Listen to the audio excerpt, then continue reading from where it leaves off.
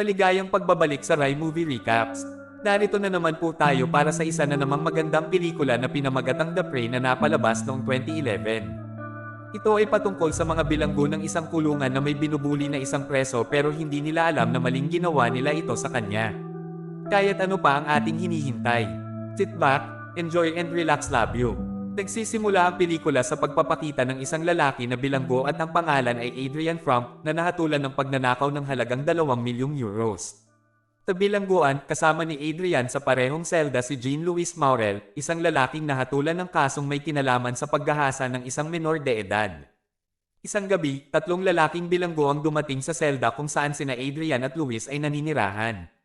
Ang 3 lalaki ay sadyang pumunta roon upang guluhin si Luis dahil alam nilang siya ay isang sexual na kriminal. Kaagad noong pumasok ang 3 lalaki, hiniling nila kay Adrian na lumabas upang mas malaya nilang guluhan si Luis. Lumabas si Adrian sa kwarto at tumayo sa harap ng pinto. Ayon sa tila, ang 3 lalaki ay nagbigay na ng pera sa warden bilang kapalit ng pahintulot na pumasok sa selda kung saan nasa kustodiya si Luis. Sa huli, si Adrian ang nagdesisyon na harapin ang 3 lalaki at pigilan ang kanilang lektura para sa laban dahil hindi na niya kayang makinig pa sa pagniwi ni Luis sa hirap. Bilang resulta, nagkaroon ng away sa pagitan ni Adrian at ng 3 bilanggo. Halos mamatay si Adrian dahil sa pagtikapa ng leeg sa kanya ng 3 bilanggo, ngunit swerte at naagapan sila ng mga gwardya at agad na pinaghiwalay ang mga ito. Kinabukasan, binisita ni na Adrian at Luis ang kanilang mga asawang babae. Sa gitna ng pulong, tinanong ni Ana, ang asawa ni Adrian, siya tungkol sa lugar kung saan itinago ni Adrian ang ninakaw na pera, ngunit hindi sinabi ni Adrian kay Ana dahil hindi pa niya lubos na pinagkakatiwalaan ang kanyang asawa. Sa pagbisita, dinala rin ni Ana ang kanilang anak sa loob ng bilangguan dahil sobra na niyang namiss ang kanyang ama. Una, nagalit si Adrian kay Ana dahil ayaw niyang makita ng kanyang maliit na anak siya bilang bilanggo, ngunit hindi niya napigil ang pahawakan agad ang kanyang anak sa kanyang condom gun. Samantala, sinabi ng asawa ni Luis kay Luis na ginagawa ng kanilang abogado ang lahat para mapalaya siya kaagad, at dahil magiging malaya na si Luis dahil ang pamilya ng biktima na dati nagsampa ng kaso laban sa kanya ay nag-atubiling ihabla siya. Habang nanunood ang mga bilanggo ng palabas, na karaniwang isinasagawa tuwing buwan, bigla na lang inatake si Adrian ng isa pang bilanggo gamit ang screwdriver.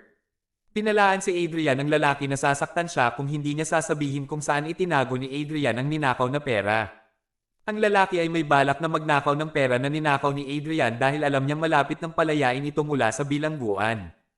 Gayunman, dahil hindi handa si Adrian na sabihin ang lokasyon, agad na tinusok ng tao ang tenga ni Adrian gamit ang screwdriver hanggang sa siya'y mawala ng malay.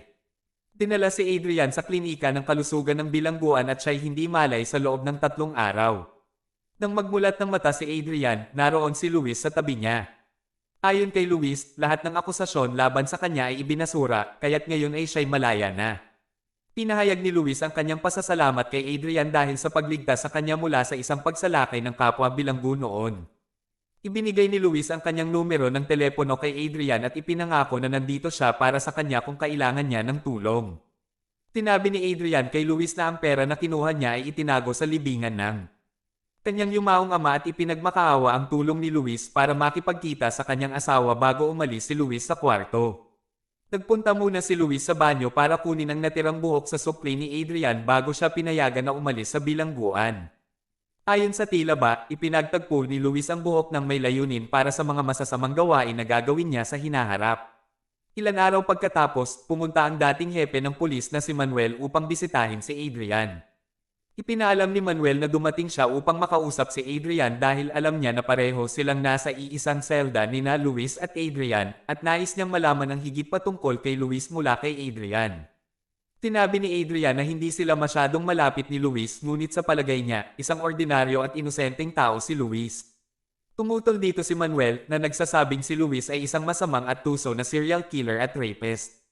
May kakayahan si Luis na magpakita sa kanyang mga biktima bilang mabait at inosenteng tao.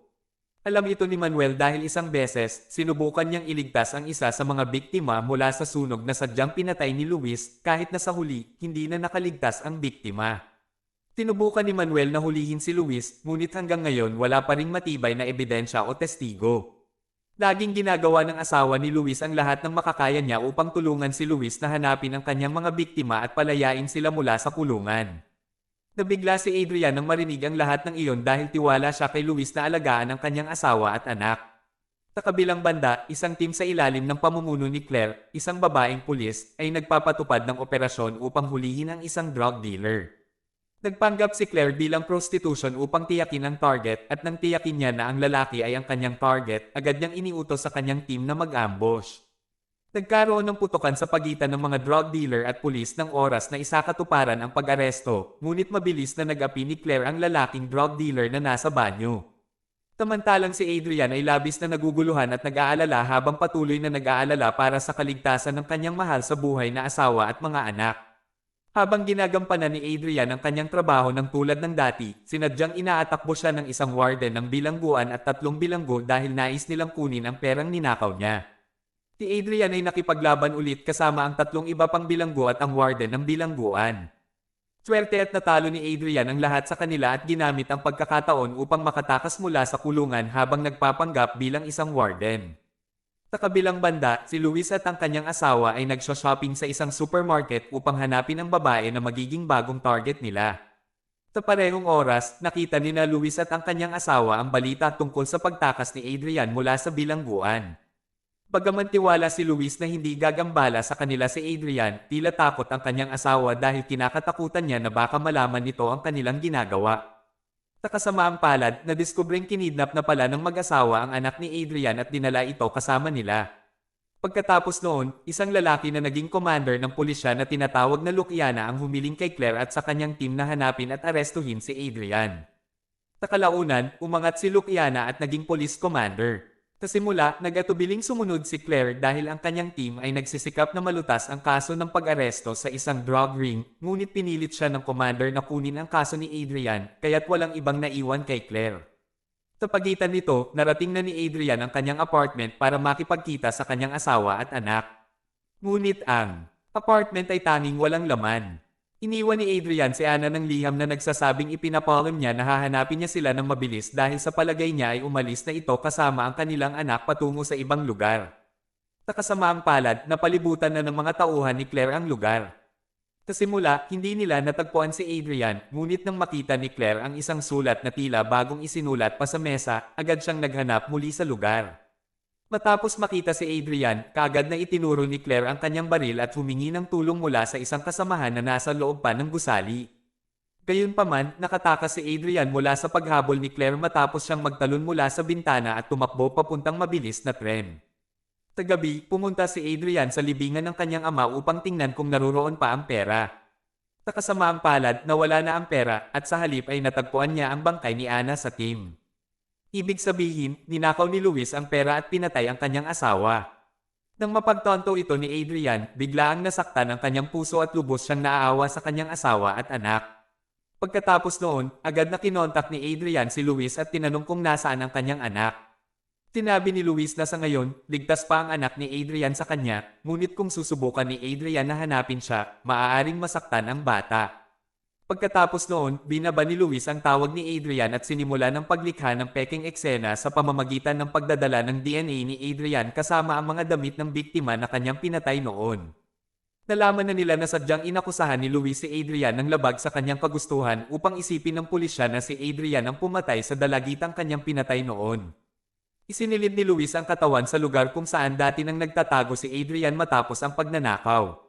Kinabukasan, inimbestigahan ng pulisya ang lugar kung saan nagtatago si Adrian at nakita ang mga bangkay ng 2 batang babae na sunog sa lugar na iyon. Isa sa mga batang babae na naging biktima ay anak ng dating pulis na may pangalang Thomas, at si Thomas, na nakakita ng lahat ng ito, ay sobrang galit at lungkot. Isinuspetsa ng pulisya si Adrian bilang ang pumatay sa 2 batang babae, ngunit may mga pag-aalinlangan pa rin si Claire na kayang gawin ni Adrian ang gayong karumaldumal na bagay, lalo pat ang tanging krimen na nagawa ni Adrian noon ay ang pagnanakaw na kanyang ginawa kamakailan. Samantala, pumunta si Adrian sa bahay ni Manuel upang hanapin ang higit pang impormasyon tungkol kay Luis upang mahanap niya ang mga ito kahit na siya'y retirado na. Sa lihim, si Manuel ay nagko-conduct ng mga pribadong investigasyon upang mahanap at mapabilanggo si Luis, ngunit wala siyang natanggap na matibay na ebidensya. Noon, nakatanggap si Manuel ng 2 bangkay na inaakalang biktima ng pagpatay ni Luis, ngunit hindi ang DNA na nahanap sa mga biktima ay kay Luis. Pagkatapos, ibinigay ni Adrian ang numero ng telepono na kanyang nakontak noon. Kaagad na inistrace ni Manuel ang signal mula sa numero ng telepono sa pamamagitan ng paminsang-paminsang pag-stick sa pinakamalapit na istasyon ng pulis at paggamit ng kanilang sistema ng pagtutukoy. Habang nasa istasyon ng pulis si Manuel, biglang narinig ni Adrian na nasa bahay pa rin ni Manuel ang tunog ng sirena ng pulis at napagtanto niya na alam na ng pulis ang kanyang kinaroroonan. Kaagad na lumaya si Adrian sa lugar na iyon. Sa isang pagkakataon, kinuha ni Adrian si Claire bilang bihag at hiningi sa dalawang pulis na ibaba ang kanilang mga armas. Takaini sabi ni Adrian kay Claire na siya ay pinagbintangan at ang tunay na salarin sa lahat ng ito ay si Luis. Kaagad umalis si Adrian pagkatapos niyang ipaliwanag ang lahat. Sa swerte, dumating si Manuel sa tamang oras at agad na sinagip si Adrian gamit ang isang kotse. Bilang resulta ng putukan mula sa pulis, nasugatan si Manuel ng bala at nagdesisyon siyang isakripisyo ang kanyang sarili upang makatakas si Adrian sa lugar. Pero bago iyon, ibinigay niya kay Adrian ang papel na naglalaman ng lugar kung saan nakatira si Luis. Si Adrian, na muling nakatakas mula sa pulis, agad na pumunta sa destinasyon gamit ang ninakaw na kotse. Kinabukasan, pinantayan ni Adrian ang isang botika sa lugar dahil naalala niya na lubhang umaasa si Luis sa isang uri ng gamot at magiging labis na kinakabahan kung hindi niya ito iniinom. Sa kabilang banda, nagsimula rin si Claire na imbestigahan ang lahat ng mga file tungkol kay Luis dahil tiyak siyang hindi si Adrian ang serial killer. Naalala niya na bago pa man ang pagkakataon na maaaring patayin siya ni Adrian gamit ang baril, wala talagang intensyon si Adrian na saktan siya. Samantala, si Luis at ang kanyang asawa ay nasa palengke kasama ang anak na babae ni Adrian. Habang naglilibot, natagpuan ni Luis ang isang magandang babae na kanyang gusto at magiging susunod na biktima. Sa daan pauwi, nagkunwaring nagtanong si Luis at ang kanyang asawa sa batang babae para sa address ng ospital. Sumagot ang babae na may isang klinika sa paligid ng lugar na iyon. Tinubukan ng asawa ni Luis na kumbansihin ang babae na sumama sa kanila at patunayan ang daan patungo sa klinika. Bagamat nag-aalinlangan sa simula, pumasok sa sasakyan ang babae nang makita niyang may kasamang maliit na batang babae at inakala niyang hindi mapanganib ang dalawang tao. Pagkatapos dumaan sa inaakalang lugar, unti-unti napagtanto ng babae na siya'y kinikidnap at agad siyang lumaban. Nakagawian ng babae na makatakas papuntang kagubatan at nagtakbuhan agad para humingi ng tulong. Sa kasamaang palad, nakahanap si Luis ng babae at agad siyang pinatay.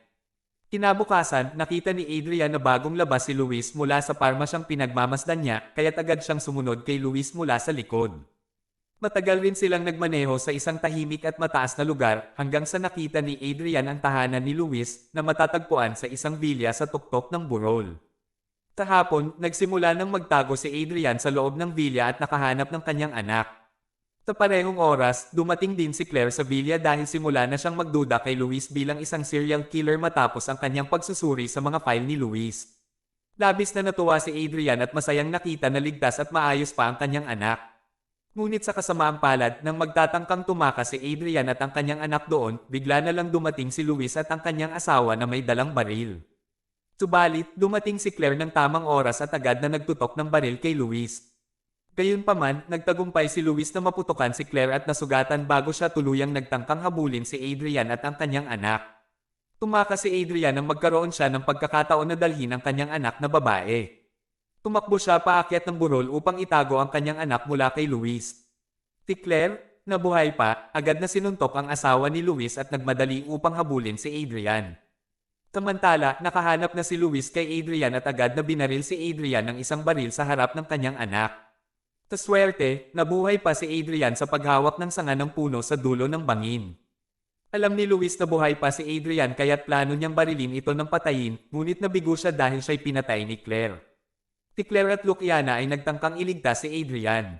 Gayunpaman, bigla na lamang nagpakita si Thomas, ang ama ng isa sa mga babae na biktima ng pagpatay ni Luis, at binaril si Adrian. Iniisip ni Thomas na si Adrian ang kumahasa at pumatay sa kanyang anak. Kinabukasan, nagkaroon sila ng paghahanap sa lugar ng ilog upang hanapin ang mga bangkay ni Adrian at Luis, ngunit natagpuan lamang nila ang bangkay ni Luis. 3 buwan mamaya, binisita ni Claire ang anak ni Adrian sa isang ampunan. Nagtapos ang pelikula sa eksena kung saan tinanggap ng anak ni Adrian ang isang sulat na may hugis sketseng pamilya, ama, ina, at anak na ipinadala ni Adrian. At dito na nga nagtatapos ang pelikula natin para sa araw na ito. Maraming salamat sa panunood.